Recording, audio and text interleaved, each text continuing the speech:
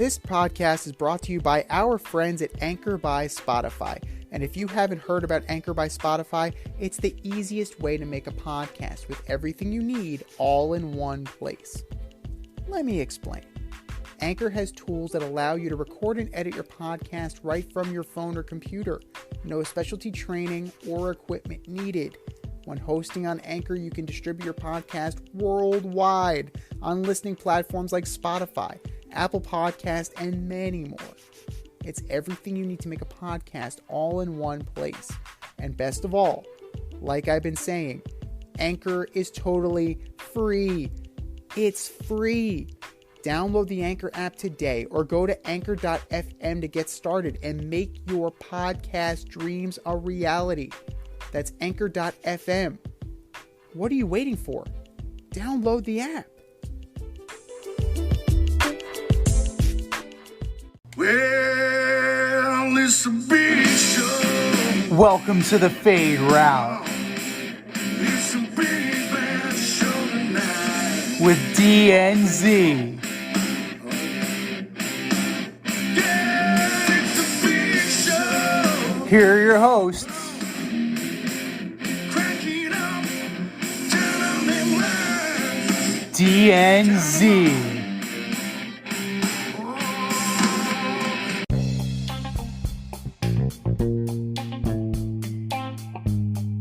Welcome to this week's episode of the Fade Route with D and Z. I am D. We've got a great show for you tonight. Derek Carr is hitchhiking on the Jersey Turnpike. Rodgers goes into darkness. And all the coaching vacancies have been filled in the National Football League.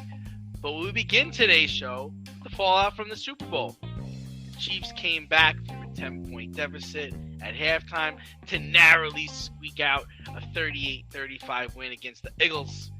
But we can't seem to talk football without officiating controversy lately. Corner James Bradbury was called for a hold on Juju Smith-Schuster on a critical third down that allowed the Chiefs to milk the clock and ice the game with a field goal.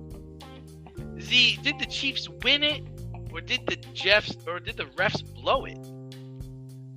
Both can be true.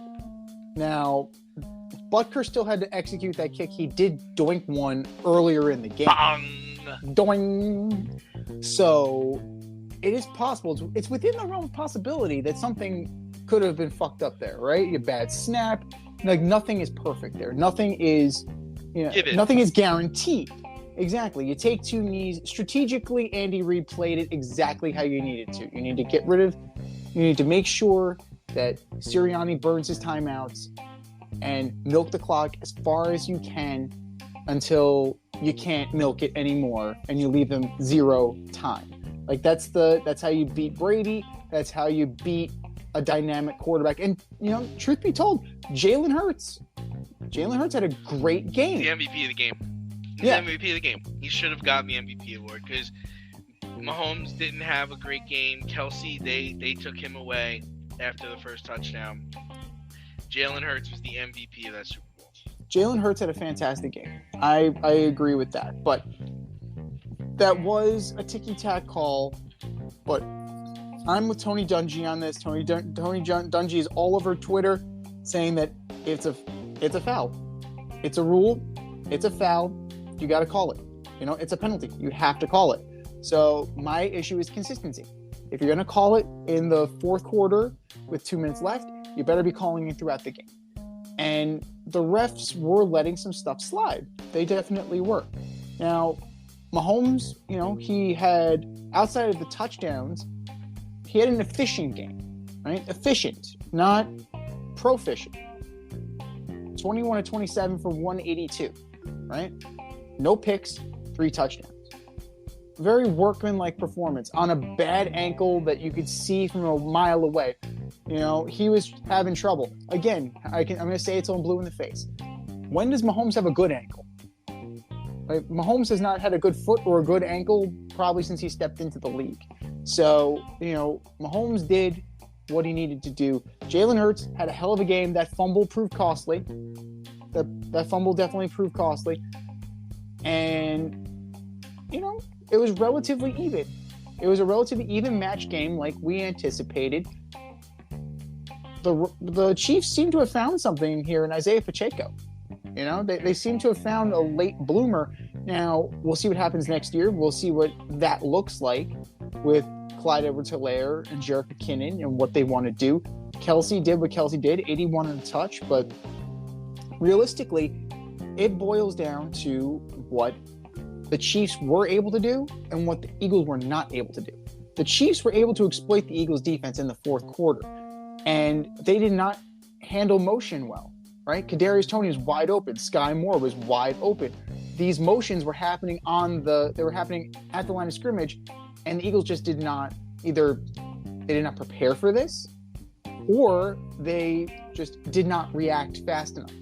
You had these guys open in the flat for walk-in touchdowns. They could have done handsprings. They could have done cartwheels into the end zone. They were that wide open. And, you know, the Eagles, hats off to them. They played a hell of a game. They absolutely played a hell of a game. I'm with Sirianni on this aspect alone. It's not just one call that costs you a game. Is it terrible timing? Yes. But just like when Kevin King had a hold on the jersey and essentially sent Tampa Bay to the Super Bowl, this too, you got to call it. You have to call it, but be consistent about it. So kudos to the Chiefs. They got the job done, and they held on for as long as they could, and they knocked off the Eagles. Well, man, hats off to Sirianni and Bradbury for not blaming the refs, right? I mean, they're 100%. great, the gracious losers. It doesn't come down to one play. I didn't like the fact that I didn't really see Eagles make adjustments at halftime. I think that's what cost them. You know, you had a 10-point lead going into halftime, and there just weren't adjustments made. Chiefs get the ball, come down, score right after the half. And there was a chance to capitalize. Where was the pass rush? Where was Hassan Riddick the whole game, man? Like, he was one of the sack leaders this year. Where was Ndamukong Suh? Where was Sweat? Where were all these guys? Like, nobody got pressure on the kid with the bad ankle.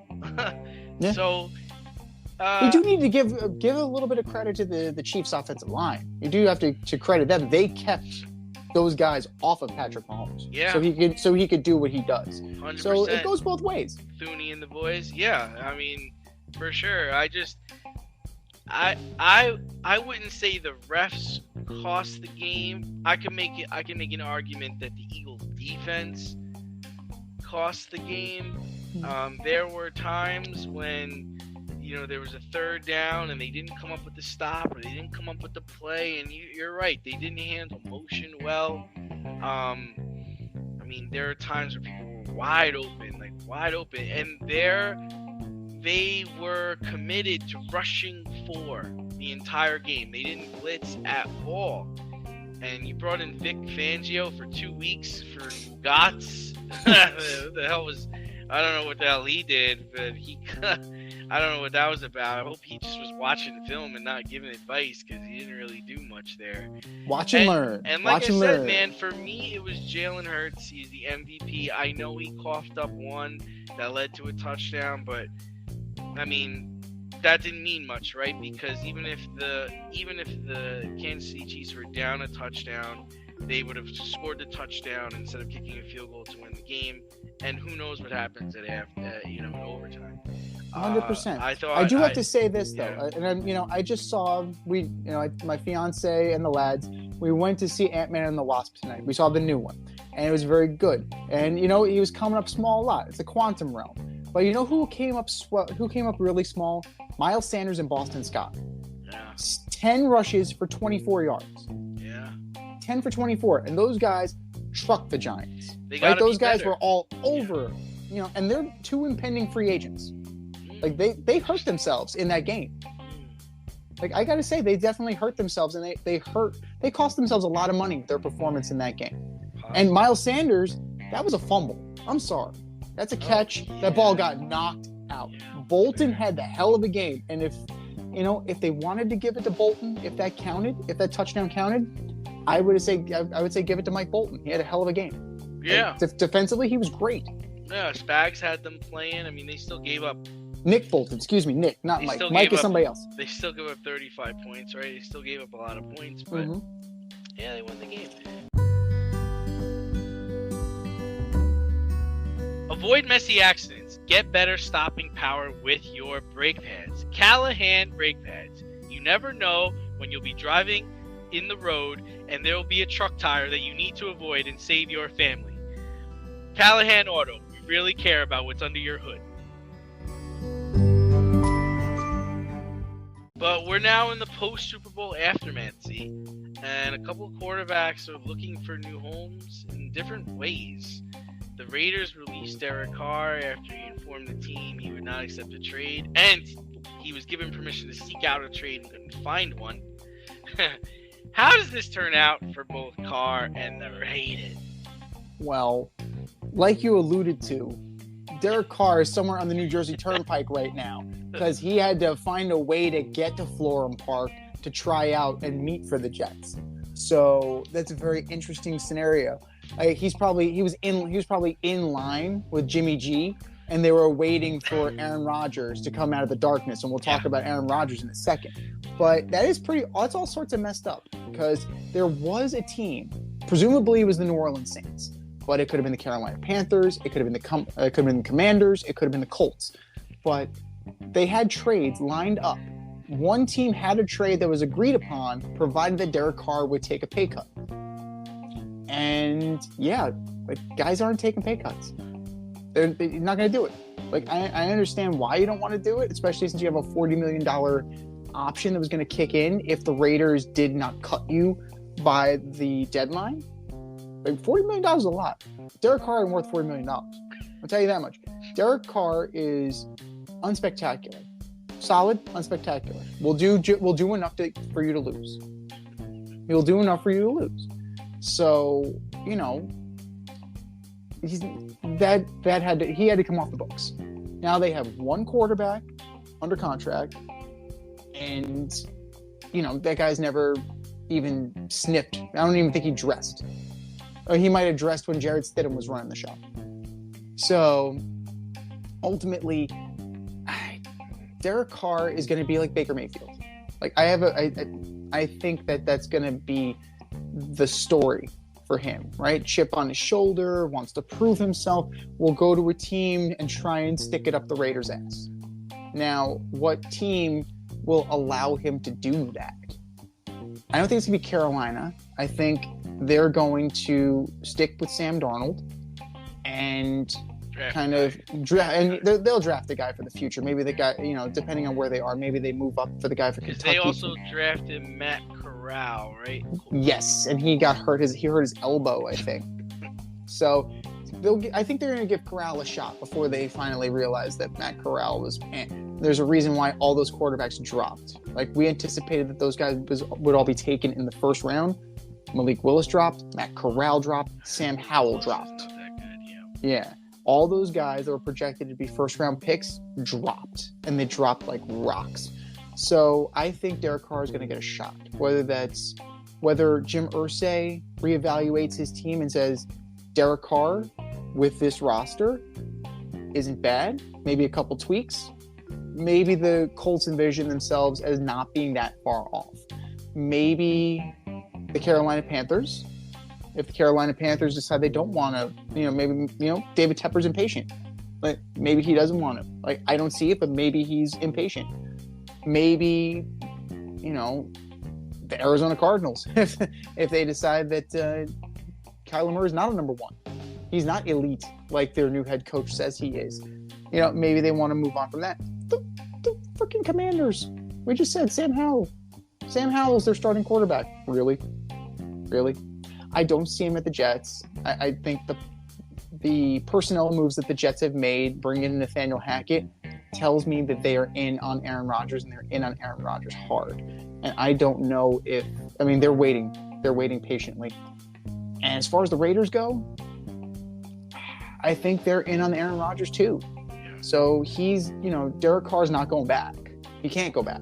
That bridge is burned, especially after what he said in the Pro Bowl games. That bridge is gone. That bridge has been torched. So it's a question of where does he go and what his market is. it's very limited. The Raiders are all in on Rodgers, and if they can't get Rodgers, they'll probably try and get Jimmy Garoppolo and pair him with Jarrett Stidham, and it will be a New England Patriot affair once again. Yeah, I would imagine the Raiders will make a strong run at Aaron Rodgers, and like you said, I think their fallback is Jimmy G. You know, another guy who could be on the move this season. Let's be real. I mean, Daniel Jones, right? Ryan Tannehill, Jameis Winston. I think all are viable options for the Raiders. As far as Carr is concerned, like you said, he's meeting with the Jets today, or he's meeting with them tomorrow. But I just don't see how this guy has any value. Like, you mentioned Jameis, right? But not the Saints, because I think they wanted him to take a pay cut. I don't think he's going to go there. I mean, he might go there now that he's free of that obligation and he can renegotiate. But what about Tampa Bay? Tampa Bay has Kyle Trask, and that's it. Yeah, certainly. I could see him. I could see Carr going there, but it's just like I've been saying it all season. If Derek Carr got cut during the season, like, who's picking him up? Like to start, right? I mean, I think he's a good backup. He could be a backup, but to be a starter, like, he's never won a playoff game, man. He's got a sub 500 record, and you can't blame it on the coaches. You can't blame it on your teammates. Like, you've had good players around you. You've just failed to be successful, man. Like, they literally got the best wide receiver in the league to play on the Raiders this year. Their running back won the rushing title. And you still play like dog shit. Like, so the idea that the Jets are interested in him is for what? What's he gonna do here? Like, you already got a guy who can't hit open receivers. He's gonna turn and hand it off to Breece Hall. I guess. I mean, this year there's gonna be quarterbacks coming out of the draft, so it's just like, if you're considering Derek Carr, then you've already seen the best of Derek Carr. Why wouldn't you want to draft a guy? That's my whole thing. I don't see his value. If anything, I think the Colts, like you mentioned the Colts, you mentioned the Commies, because I think Eric Bieniemy could coach him. And yeah, the Bucks, because the Bucks are pretty loaded. There's no reason why the Bucks don't play well. I mean, they have running backs. They just need an offensive line. They have wide receivers. But if you address the offensive line in the draft, you got a decent defense. You play in a shit division. Seems like a good idea. Well, here's another one. We're talking about Aaron Rodgers, right? Aaron Rodgers looking inward for answers. He may decide when he comes out of darkness that Green Bay is not an option. So is Green Bay an option for Derek Carr, or are they all in on Jordan Love at this point? They should be in on Jordan Love, right? You drafted him in the first round. It's put up or shut up time. And the whole thing, Z, it's like we talked about. It's not like you won anything with Aaron Rodgers. You didn't win. So even if Love comes in and sucks, you're in the same boat. Like, you got knocked out of the playoffs by the Detroit Lions, for crying out loud. Like, all you had to do was beat the Detroit Lions at home in your last game of the season, and you lost. With Aaron Rodgers, all these receivers you drafted, Aaron Jones, that defense, your buddy Matt LaFleur is the head coach. So yeah, bring in Love. Let's see what happens. But you mentioned Aaron Rodgers, and he's looking inward for answers. Rodgers is currently on a spiritual retreat of darkness, which both you and I did a couple years ago. Yep. Unplugging from everyone and everything, including lights. When Rodgers emerges and sees his shadow, what team will he choose? I mean, this is such an absurd story. It's so absurd. He's going into a cabin in the woods. It's completely pitch black. There's a slot in the door that will slide open, and a tray of food is going to go in, and you can put your tray back out. It's solitary confinement. He's in the box. He's in the hole. He put himself in the hole. Now, when he gets out of that hole, what's he going to do? Like, the Raiders are probably the best option, just from the simple fact that it's not New York, and I think he's too thin-skinned for New York. I think he and his personal press secretary, Pat McAfee, would be lost here. And I think it would be worse than when Brett Favre got here. His personal press secretary, I like that. Yeah, I mean, who does he go to arrange his missives? He goes to Pat McAfee. Like, Well, Pat that's the thing, McAfee's his like- personal employee, his personal Yeah. reporter. Well, that's the whole thing. Is like if he came to New York, he's not going to talk to the mainstream media. Like he's not going to talk to Michael Kay. He's not going to talk to Rich Cimini. He's not what? He's not going to talk to Cimini. He's not going to talk to Cimini, the beat. He's not going to talk to the beat writers. No way. He won't do it. At training camp, whatever, he's just going to be like, no, I'm not doing that. Not doing it. Not doing this. In Green Bay, he's able to control his narrative. He can't Right. do that here. Right. Well, he will, and they'll bury him for it, and it's just going to be round and round we go. So, I mean, for that instance, Vegas is probably the best option. They're loaded. They have Jacobs. They're going to have Jacobs. They're going to re-up him. They have Devontae Adams, whom he didn't want to get rid of to begin with. You have, if you keep Renfro and Waller, because he was trying to get Waller to Green Bay. Yeah. So, there are pieces there. If they can ever figure out the defense, and if Josh McDaniels can ever figure out how to be a head coach, there's enough there. But, I mean, it's very limited, right? He's very limited. The team said they would not do anything to accommodate him going to an NFC team. So that's out. Like 16 teams are out. So who realistically, I know you mentioned the Titans before. But like they seem to be an afterthought. And I don't know. I really think that the Jets is a bad idea. I really think I think it's a bad idea, but you think that's where he's leaning. I think that's where he's leaning, but I think it's a terrible idea. I really think it's a terrible idea. My whole thing is I don't. Well, let's put it this way, Z. If you were him, what would you do? If I were him, Yeah, what would you do? well, let's think about it. If I were him, if I go to the Jets, I'm in a division with the Dolphins, who are decent, the Patriots, who are going to be pissed off. Do you really want to mess with a pissed off Patriots team? And then the Buffalo Bills. It's a pretty good division. If I go to the AFC West, I get to kick around the Broncos. Okay, I get to kick around the Broncos. That's fine. But then I also have the Chargers and I have the Chiefs. At best, I'm a third place team. Even with me, if I'm Aaron Rodgers, I have to be realistic. I'm not Jesus. I'm not turning this team around just by my mere presence. He may think he's Jesus, but he's not. So I gotta say, like, I'm gonna either be in third place or I'm gonna be in third place. Why do that when I can stay in my own division and possibly win it next year? Because I don't believe in the Vikings. The Lions, the Lions are the Lions. They're relevant once every 100 years. And the Bears are rebuilding. Get me a wideout. Just go get me a wideout. Go trade for DeAndre Hopkins. Get me Odell Beckham. But he had Adams. Like, he had the white. He had it all. He had it all in Green Bay. And they were successful. They didn't win any championships. Eh, They were in the mix. You sound like a Met fan right now. They were consistently in the mix. Success is winning a Super Bowl. That's success. Not winning the Super Bowl is failure.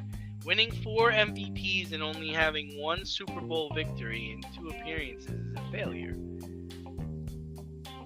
Being in 1 Super Bowl since 1969 is a failure.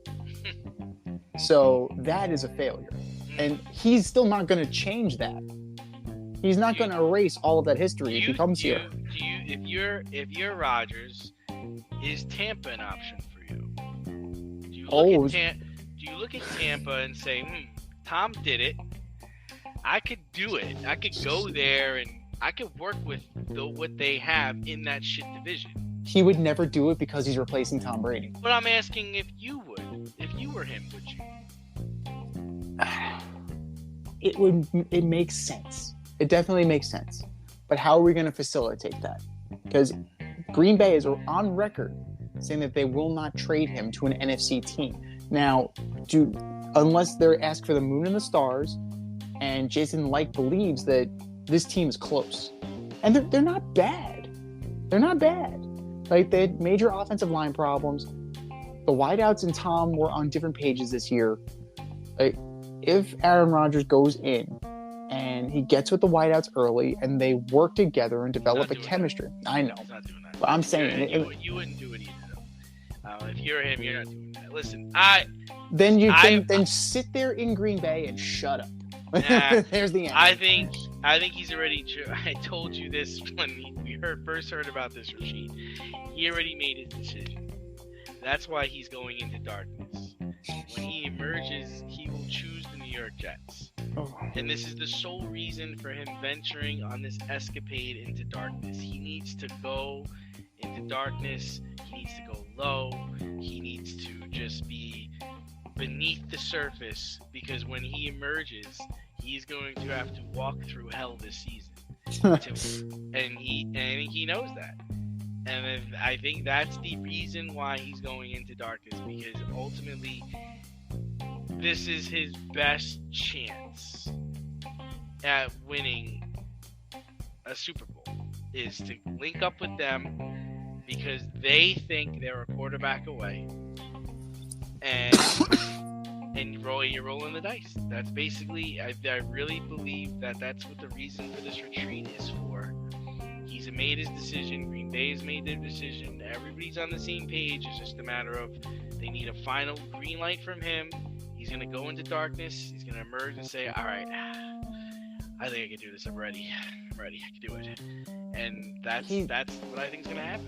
Yeah, but you know what? You know as well as I that there are many high-profile athletes who think they can handle New York until they get here. Oh, I know. I don't think he thinks he can handle it. I think he knows it's going to be an uphill battle every day, and that's why he's getting ready for it. Mm-hmm. I think he knows that. He's going into that knowing this, and I think he's going into it saying, I'm going to try to do 2 years, but if it's a bitch, I'm getting out after 1. I really truly believe that that's what he's thinking in his head, and that's what he's going to do. Now, if you're the Jets, I'm going to put this out from the Jets' perspective. If you know you're only going to get 2 years out of him, why are you going to move the sun, the earth, and the stars? Because the Jets think they're going to get 3 or 4 years out of him. Because they are delusional, and they think they're going to win, and then win again. And I think what they really truly believe is they're going to get to the AFC Championship game next year. And he'll come back because they were so close, and they'll win it the year after that. That's what the Jets really think. I don't know how they could possibly think that, given this track record. They don't have a choice, right? They don't have a choice because they have to sell the sun and the moon and the stars because they missed on Zach Wilson. And this is how everybody keeps their job. This is your boy, the GM, going to Woody and being like, listen, we did all this without a quarterback. Give me the okay to trade our future for this guy, and we will get to a Super Bowl in 2 years.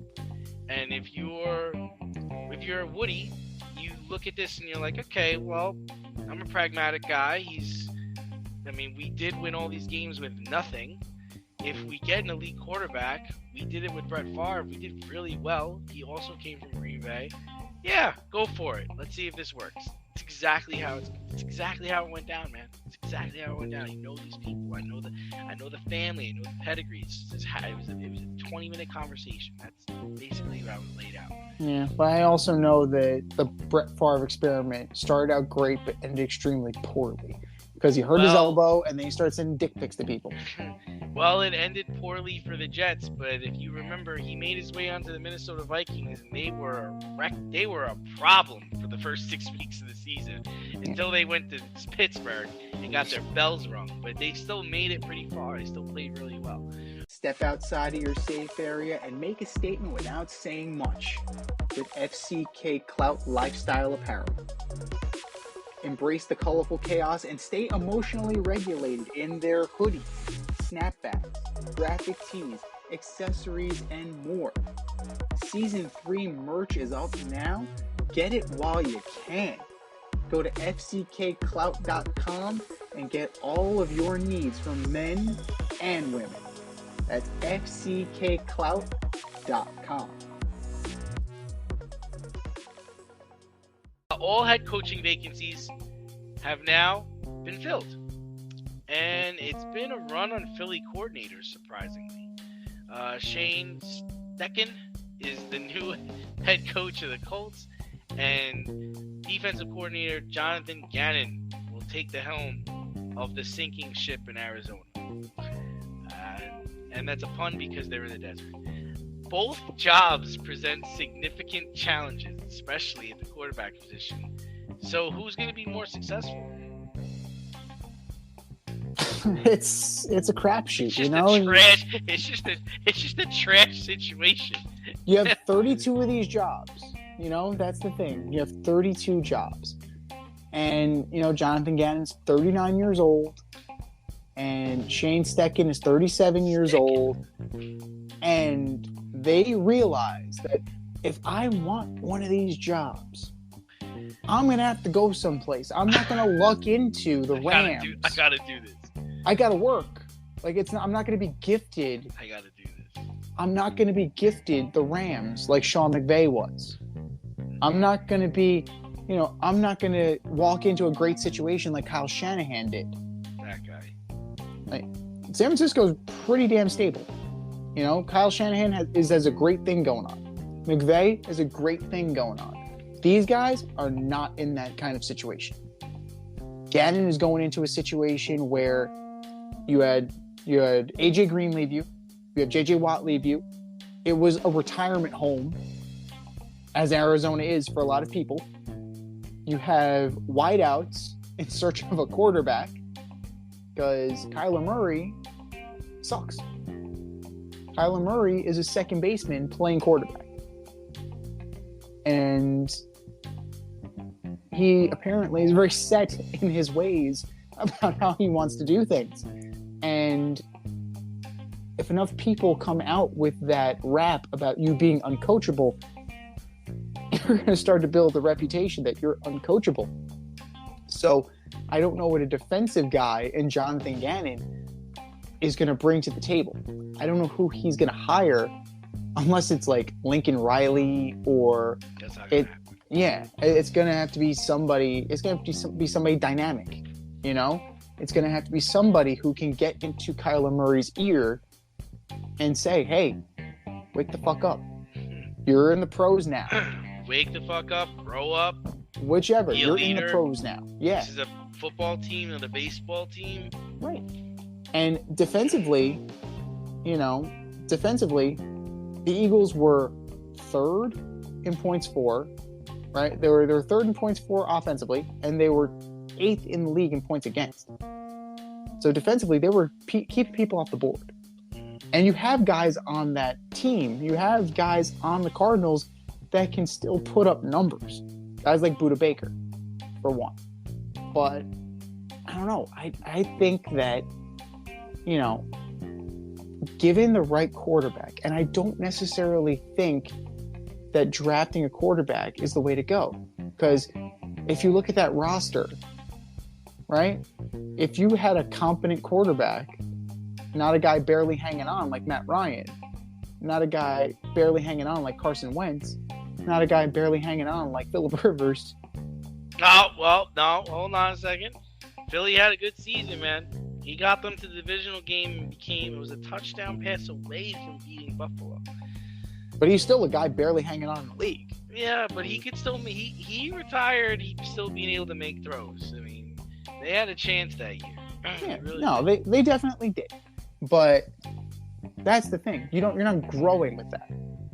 If you bring in a guy like Jimmy, right? Just to steer the ship, right? That's all you need to do. Jonathan Taylor, if he's the guy that we think he is, you bring in a guy like Jimmy, steer the ship. I don't necessarily think you bring in Derek Carr, but if you lose out, maybe you bring in Derek Carr. The offense that Steichen likes to run clearly need a mobile quarterback. So that becomes a question. Like, who are you, unless by some grace of God, they go and get Lamar Jackson. What happened? Could you imagine Lamar on the Colts? And I can't even talk about it without like choking myself up. Maybe that's the play, right? Maybe that's the whole angle. Is like, we're gonna get this guy, we're gonna get DeAndre Hopkins, and let's go. Yeah, maybe that's it, because the Colts aren't that far off.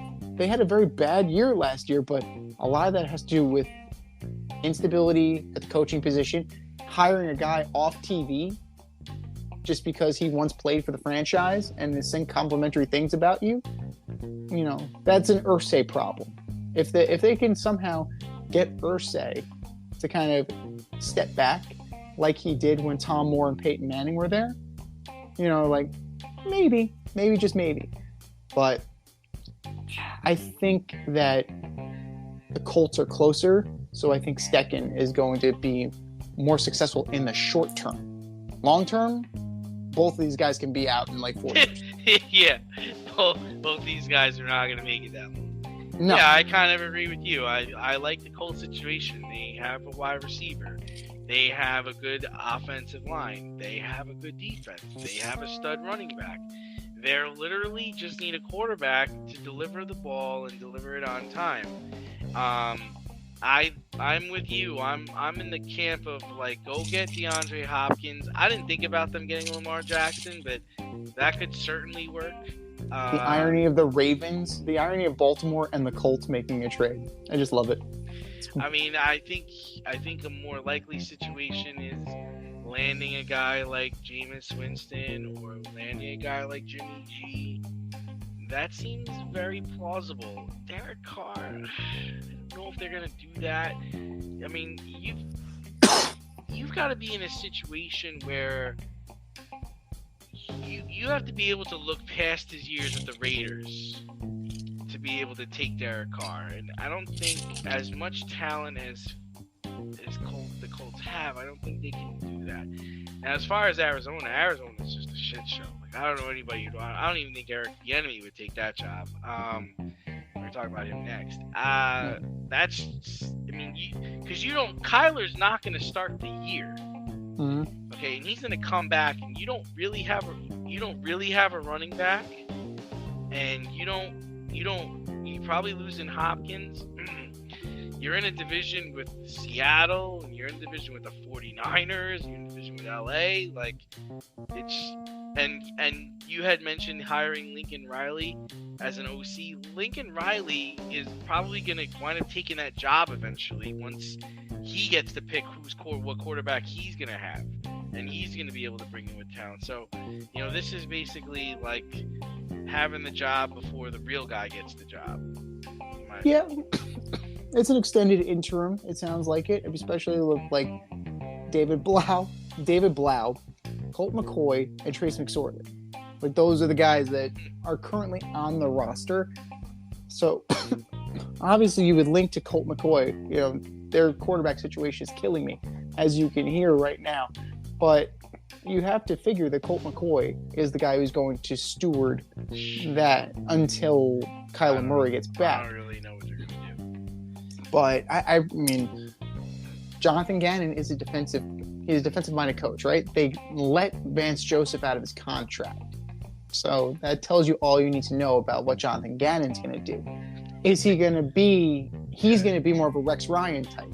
Now, who's he going to get? Who's he going to get to coordinate this? Like, that's the key. Well, Mike LaFleur is out, unfortunately. As is Eric Bieniemy. Yeah.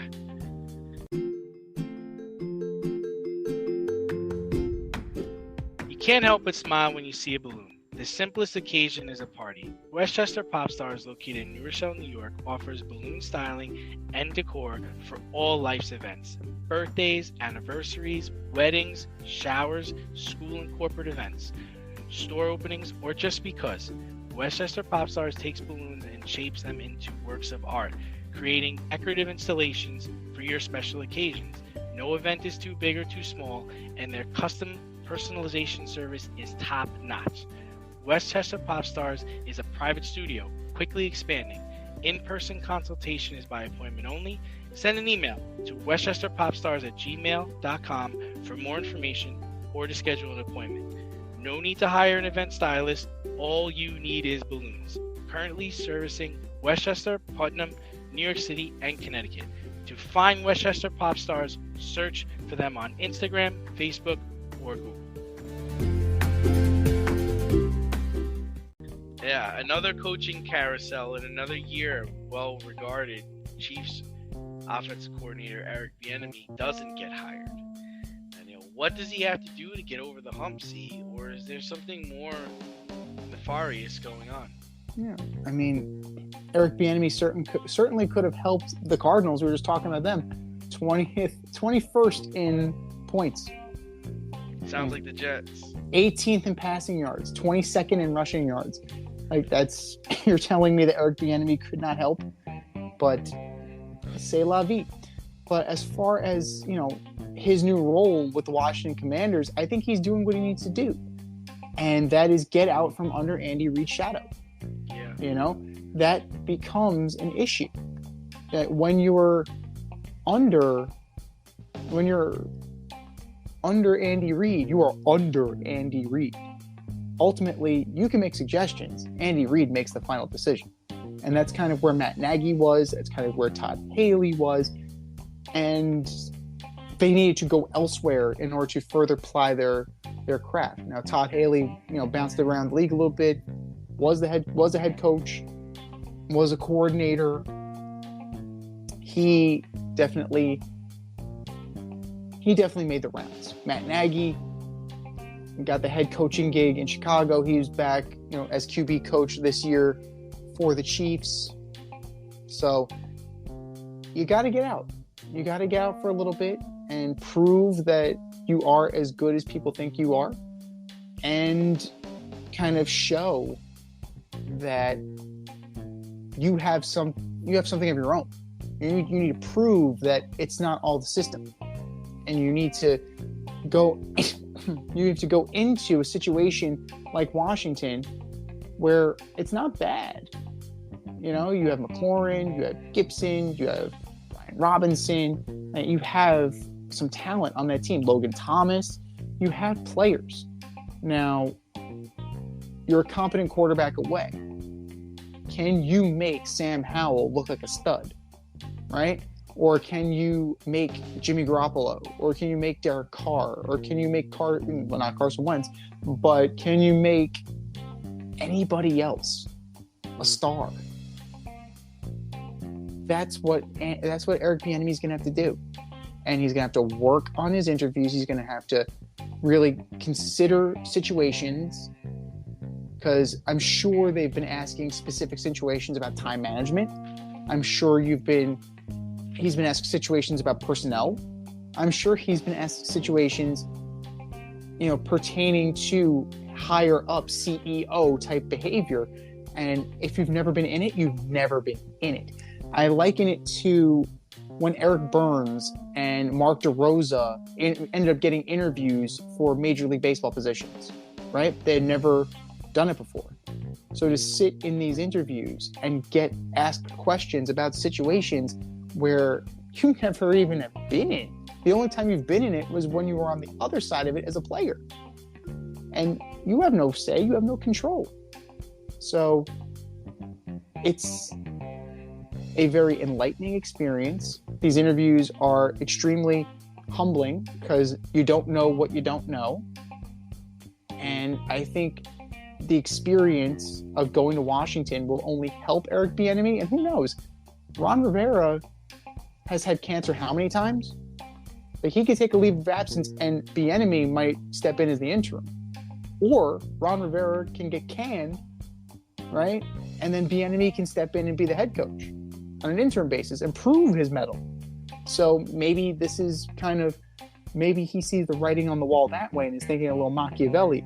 I don't necessarily think this is like a Fritz Pollard alliance situation where they're trying to keep Eric Bieniemy out, to keep, minority, coaches down, and to keep that total down, because it would behoove teams to hire Eric Bieniemy.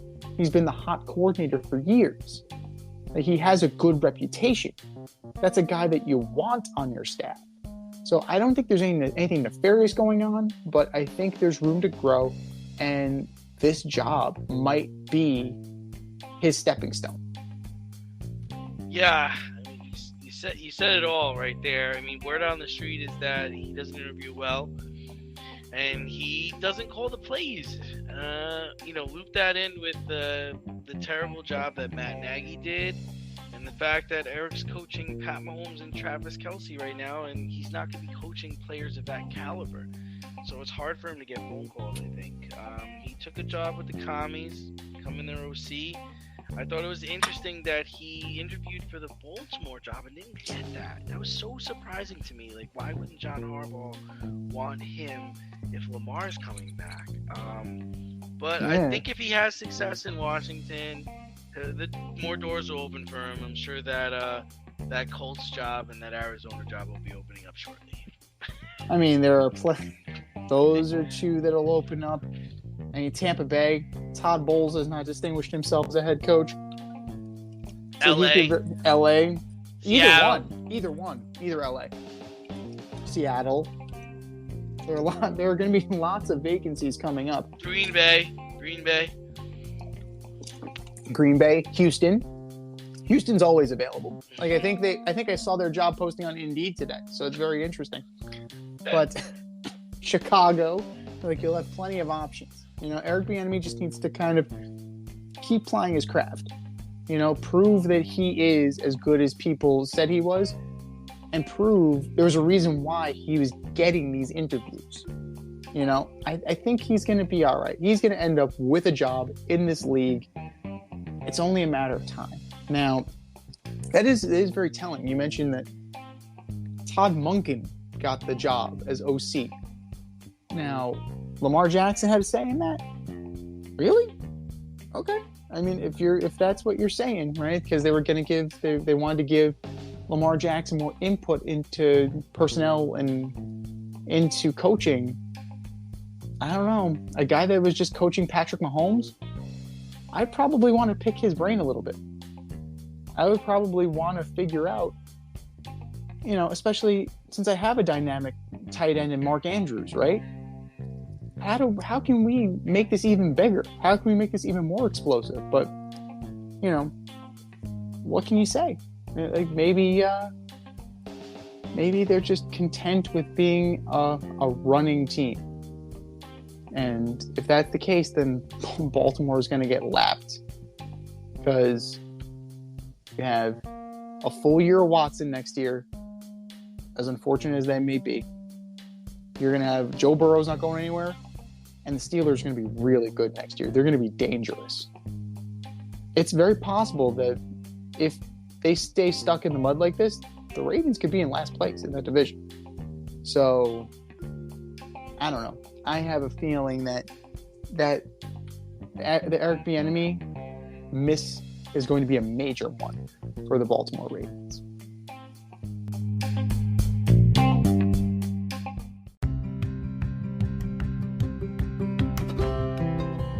Do you love brownies? Of course you love brownies. But you know what's better than a brownie? A delicious, handcrafted, gourmet brownie delivered right to your doorstep. That's what our guys at Sweet Life Brownie Co. offer. Chef Tommy D and the crew offer a dozen delicious delights that you will crave, from the classic OB to Dutch apple to campfire s'mores and many more. Check out their website, sweetlifebrownieco.com, for their Friday brownie drops. At noon, their site goes live and you see what they're making. Since you're there, become a site member and earn points. You earn 50 points just by signing up. Make sure you follow them on Instagram and Facebook too, at sweetlifebrownie_co, for the latest updates and their latest releases and creations. That's sweetlifebrownieco.com. Give them a call, 845-641-3043, and tell them D&Z sent you. That's sweetlifebrownieco.com, 845-641-3043. Sweet Life Brownie Co., because there's always room for a brownie.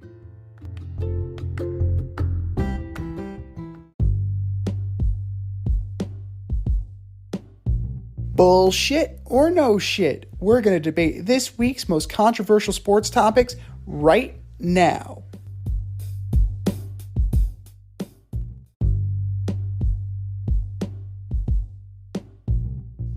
All right, boys and girls, here's how it goes. We have a statement. It's either bullshit or no shit.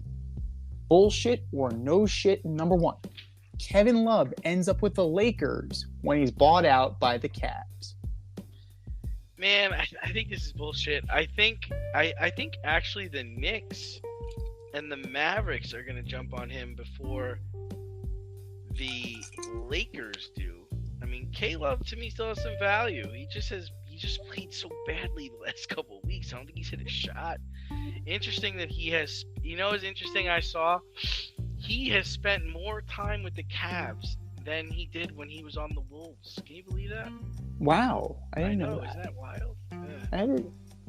That is absolutely wild. But I don't know.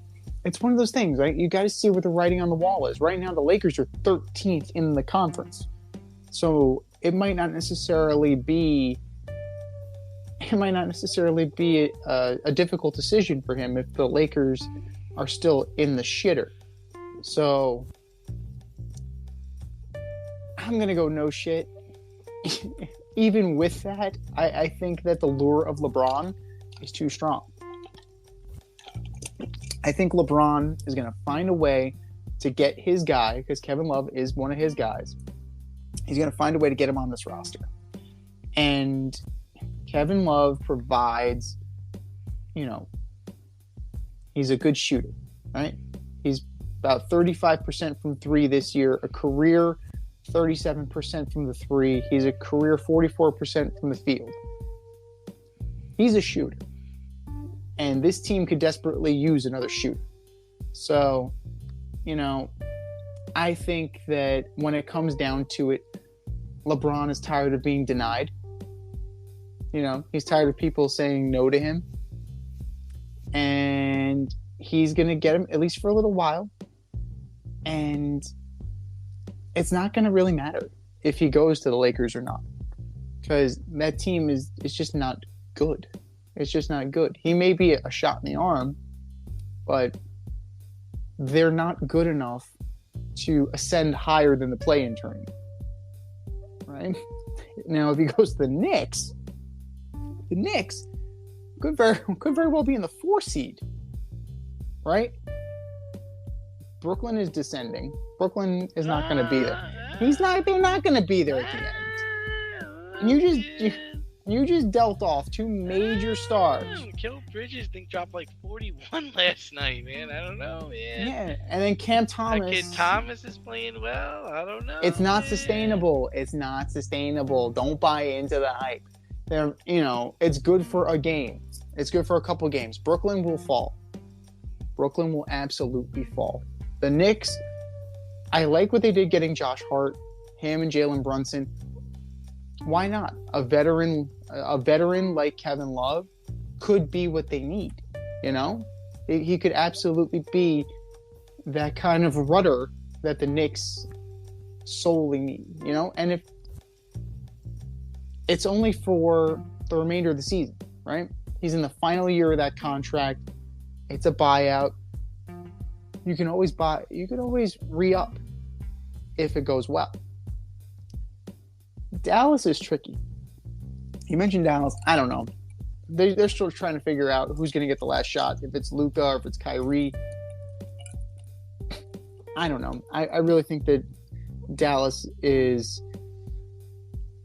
gasoline on fire.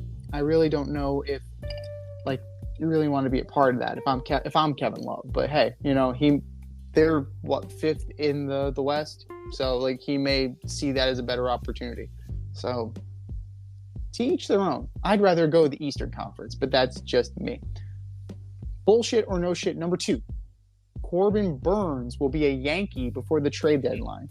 I'm calling bullshit on this one too. I think, this is for the only reason I say that is because he's getting traded to a contender, and the Yankees ain't gonna be a contender, my man.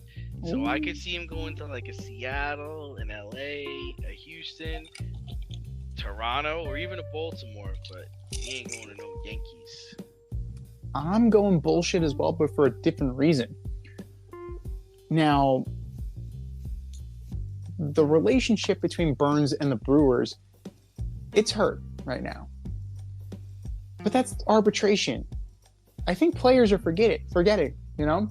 They are really forgetting that the whole point of arbitration is so that the club doesn't have to pay you a lot. You can't take it personally. They're going to try and find a way to make sure that you don't make a lot of money. Because if you make a lot of money, they have to pay you a lot of money.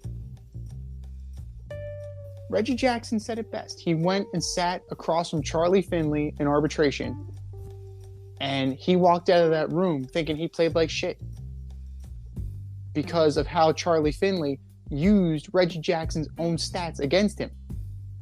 That's the whole point of arbitration, folks. Shoot for the moon. You're not going to get it more often than not. Right now, ownership is 7-5 in arbitration hearings. And the 5 wins have been modest wins. So, I mean, I get why Burnes is upset. You know, very raw in the moment.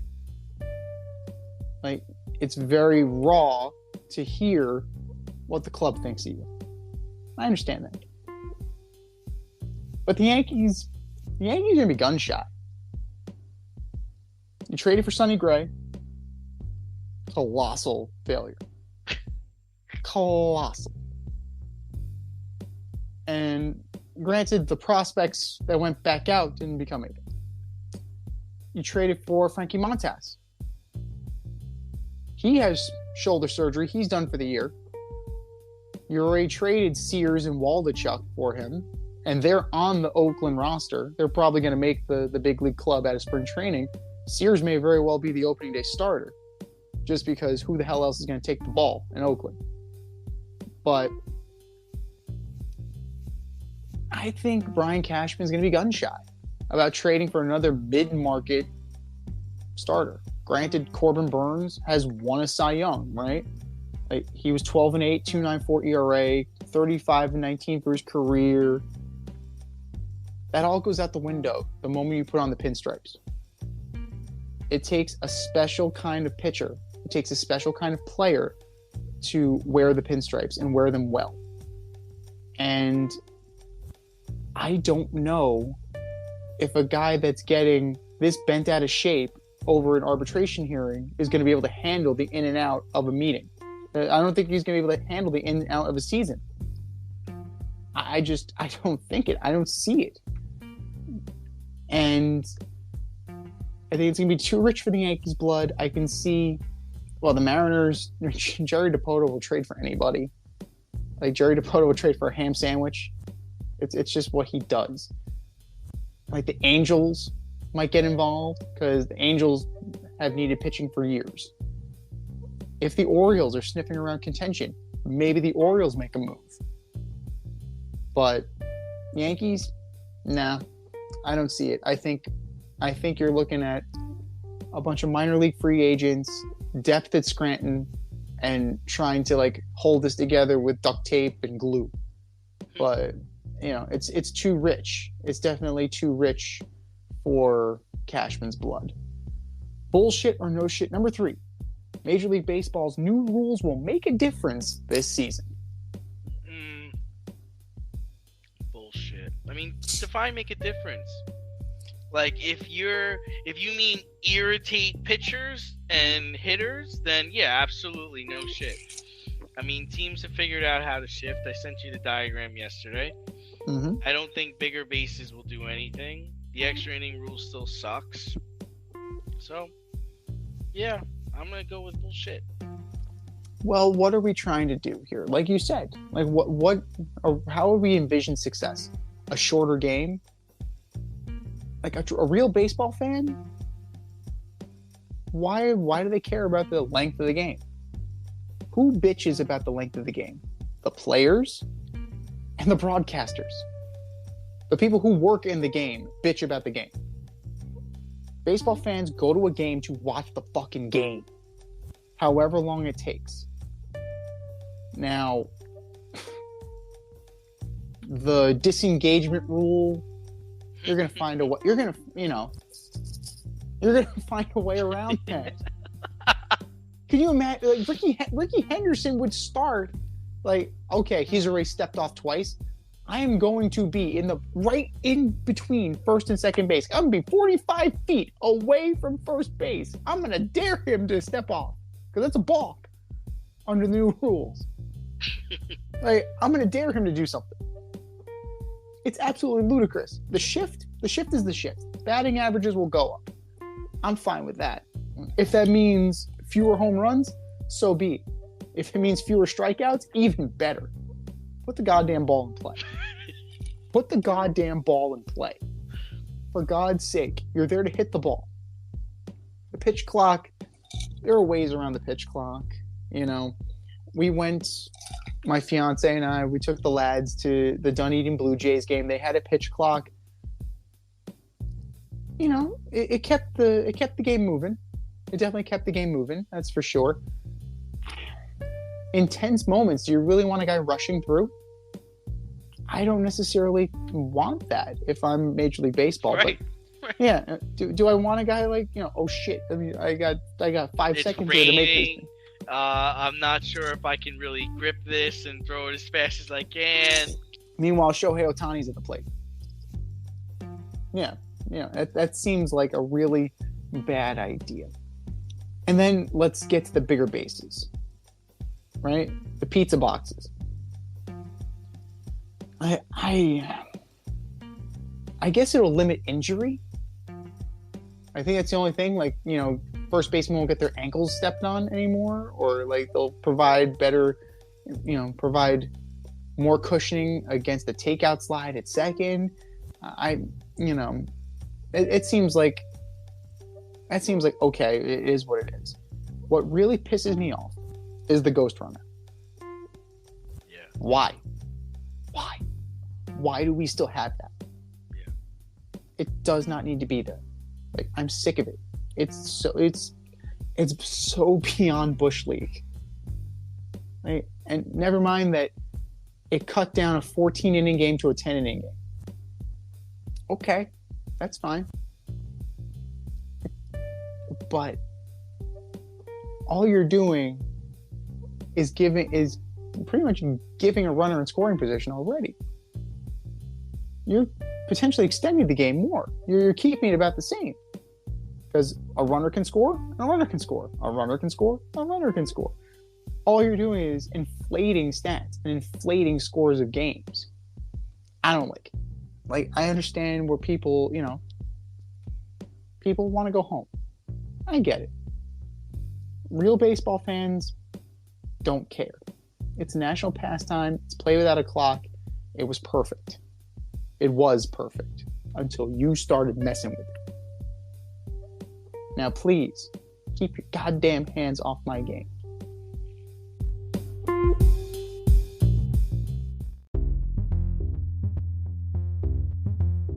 Are you in need of air care maintenance or service? I have the company for you. Air Care Technicians. They service the Westchester and Northern Bronx area and can help you with all your heating and cooling, maintenance, and service needs. Just give them a call at 914-315-1547. Again, that's 914-315-1547. Or shoot them an email at aircaretechnicians@gmail.com. These guys are the real deal, as they are veteran-owned, licensed, and insured. Make sure to tell them that D&Z sent you.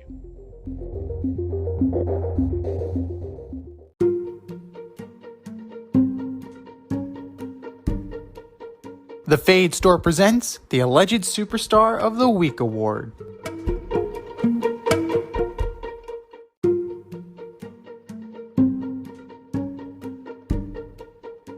All right, boys and girls, you know what time it is. It's time for the Alleged Superstar of the Week. You know how it goes. We put up a poll on our Twitter account at FadeRouteDNZ, and you vote, and you vote, and you vote, and you vote. And the winner of said vote gets the coveted ass trophy and a shout out on this here show. Do you know who took home the coveted ass trophy last week? I don't. Manchester City. That's 90 financial violations. 90. That's a lot. So we'll see what happens there. Potential relegation is on the table. Forfeiture of wins. All sorts of good shit. But that was last week. This is this week. Who are your nominees for Alleged Superstar of the Week, D? All right, first up, I got the New York Jets bringing in Derek Carr to talk about what? Better not talk to him about playing quarterback. He's 63-79 record as a starter with 0 playoff wins. Do better, New York. Just do better. Next, Kevin Durant. During a press conference, you said you liked the Suns' title chances. No shit. They had all the pieces before you even got there. Kevin Durant, this is your MO. Go to a good team to win championships. Do better, Kevin. Just do better. And last, and certainly not least, Frankie Montas. After going 1-3 with a 6.35 ERA, you decided to hurt your shoulder before even spring training starts. Oh man, you need surgery that will likely cost all of the 2023 season. Frankie Montas, you, my alleged superstar of the week. Z, what do you got?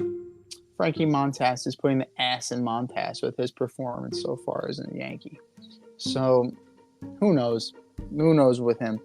We'll see if he gets it right. But I'm going to start with the Brooklyn Nets. Posting a thank you on their socials for Kyrie Irving. What exactly are you thanking him for? For blowing up the franchise? That's awesome. Like, I'm confused. That's awesome. I'm very confused by that because his actions directly led to the downfall of your team. Who am I not paying around here? Like, what are we talking about here? Like, your selfishness wrecked the franchise.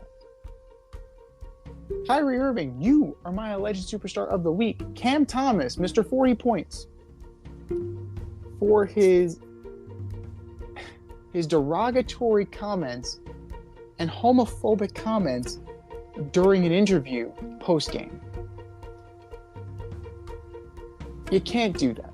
On hot mic, on a pre-recorded message, on a VTR, anything. You can't be homophobic.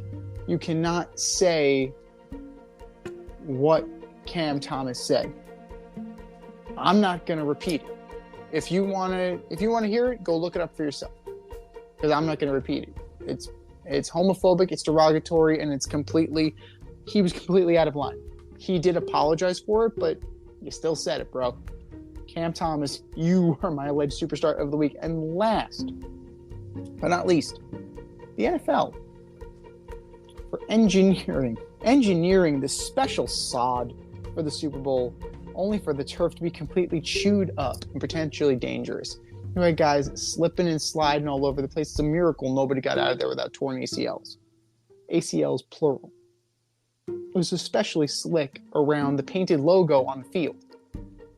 Why did you reapply another logo? Why did you reapply another coat? Was it because it was faded because you left the roof open for Rihanna's performance? If that's the case, don't you think you should be doing something a little bit different with the logo? If you know it's going to be bleached out in the sun? But hey, maybe I'm not a graphic designer, but I'm also not a botanist. This sounds like there are a lot of things I'm not. But one thing I am is a pragmatist. This is the biggest game of the year. This is the biggest game of my season. I'm not doing this shit. I'm not doing this stuff. I'm not doing this. NFL, you are my alleged superstar of the week. I can't get through this. NFL, are you kidding me right now? But we've said our piece. Go to our Twitter page at FadeRouteDNZ and vote and vote and vote and vote. And for our nominees,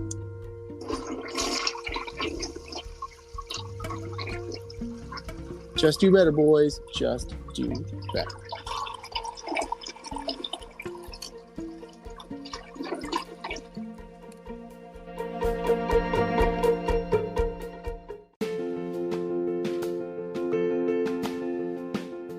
Looking to break into broadcast media, web development, social media marketing, or filmmaking? Then CSB is the program for you.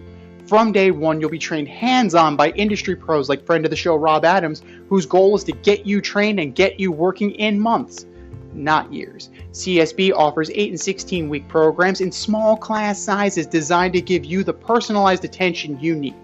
If you can make it in person, there are 5 East Coast locations.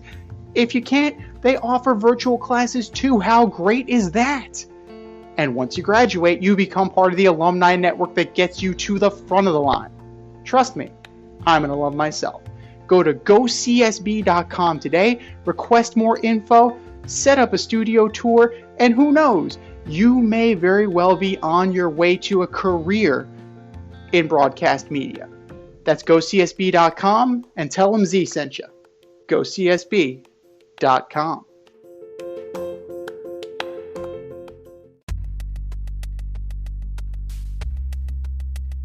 Order up!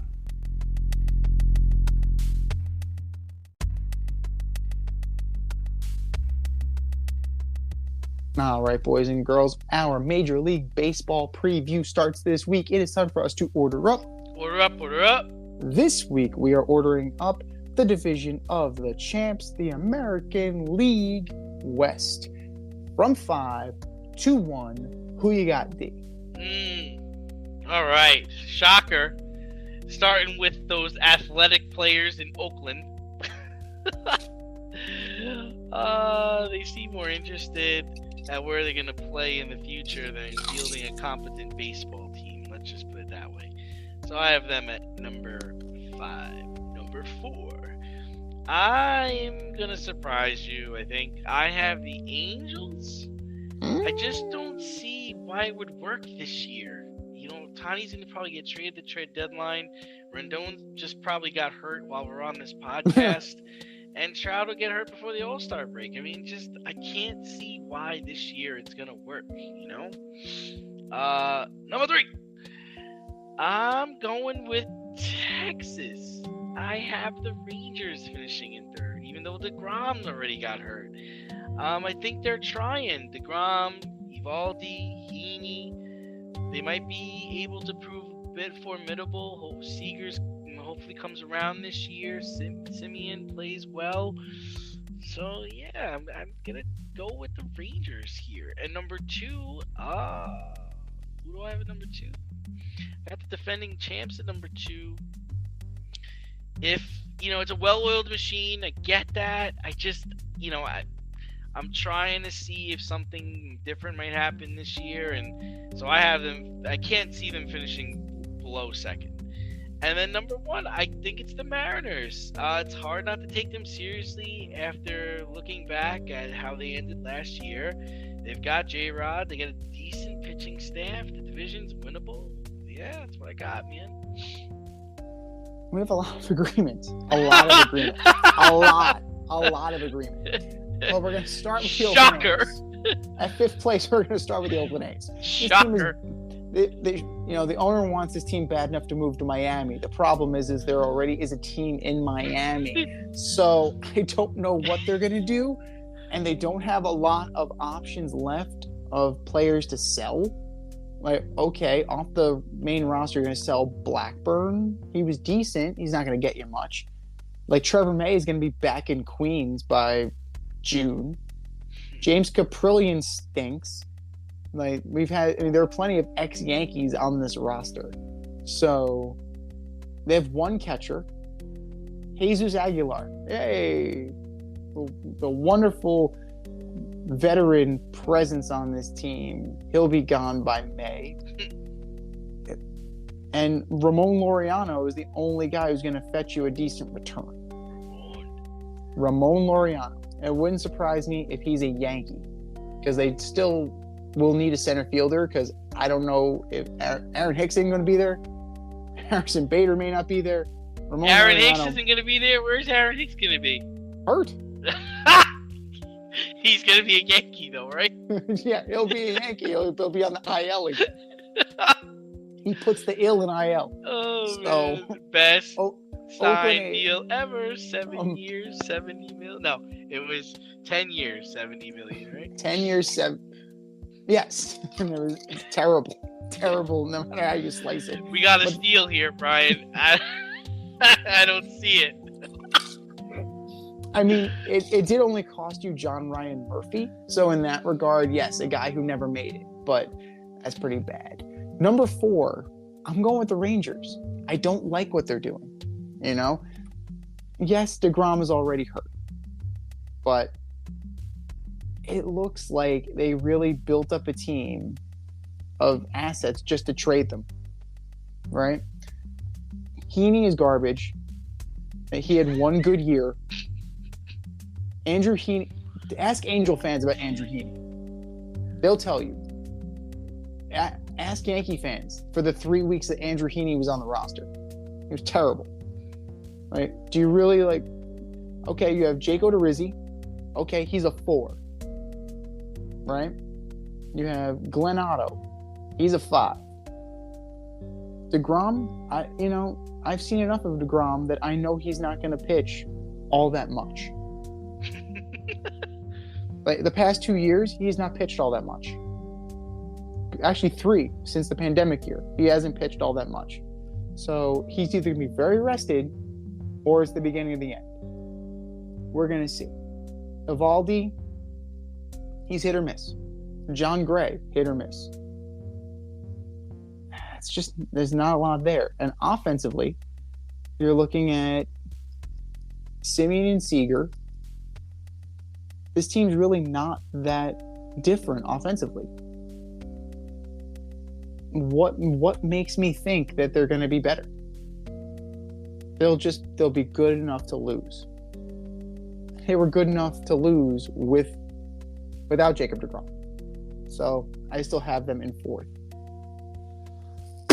3rd place, I have the Angels. Now, you gotta figure at some point, right? At some point, these guys are going to be healthy, right? Trout is going to be healthy. Rendon is going to be healthy. You brought in Gio Urshela probably as an insurance policy in case Rendon is hurt. You brought in Brandon Drury. You have some depth on this team. You have veteran players. You brought in Hunter Renfroe. I think that's going to be a really good addition. Renfroe is going to have a great year for them. It boils down to pitching. It really boils down to pitching and health. And if they can get anything out of anybody behind Shohei Ohtani, they can be a solid team, like on the outskirts of the wild card. Tyler Anderson, you're going to get a chance to prove that what you did last year was not a fluke. Right? Reed Detmers, you pitched a no-hitter last year. Let's see if you can keep it going. Matt Moore, you're trying to resurrect your career. Re-resurrect. It's like the second time you tried to resurrect. So they're buying low. They're buying low. I think they're finally going to luck into some health. 2nd place, I'm with you. I'm going with the Astros. This team's another year older. This roster, I don't know about the pitching. I need to see more. Like, can they do it for another year with these guys? We'll see. But they're going to be good. At the very least, they'll be a wild card team. It wouldn't surprise me if they won the division, but I think they're going to slide back just enough to let the Mariners in, right? A full year of Luis Castillo, J-Rod, Teoscar Hernandez. They got him from the Blue Jays. Maybe Kelnick takes the turn that they want. They hope he's taking. He's going to get playing time because Taylor Trammell is hurt. AJ Pollock, they brought him in maybe for a nice depth move. They're a little thin in the infield, but the pitching is really where it's at.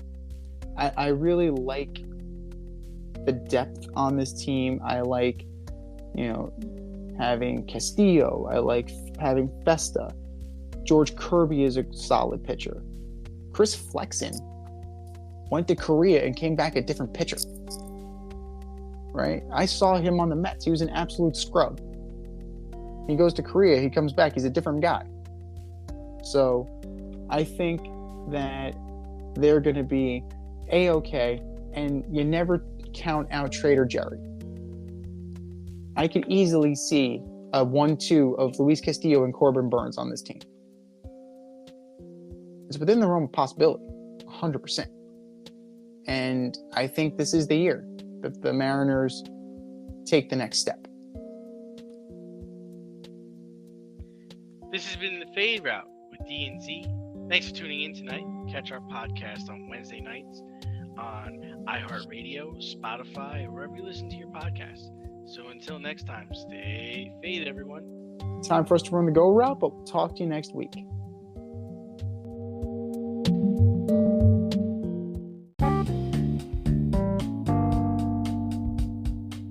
Want to get on the action, we want to hear from you. Hit us up, faderoutemail@gmail.com. Slide in our DMs on IG at Fade Route Podcast. Drop us a DM on Twitter at FadeRouteDNZ. Comment on our YouTube channel, The Fade Route with DNZ. Questions, comments, picks, segment suggestions, you name it, we want to hear from you. Get at us, in crowd.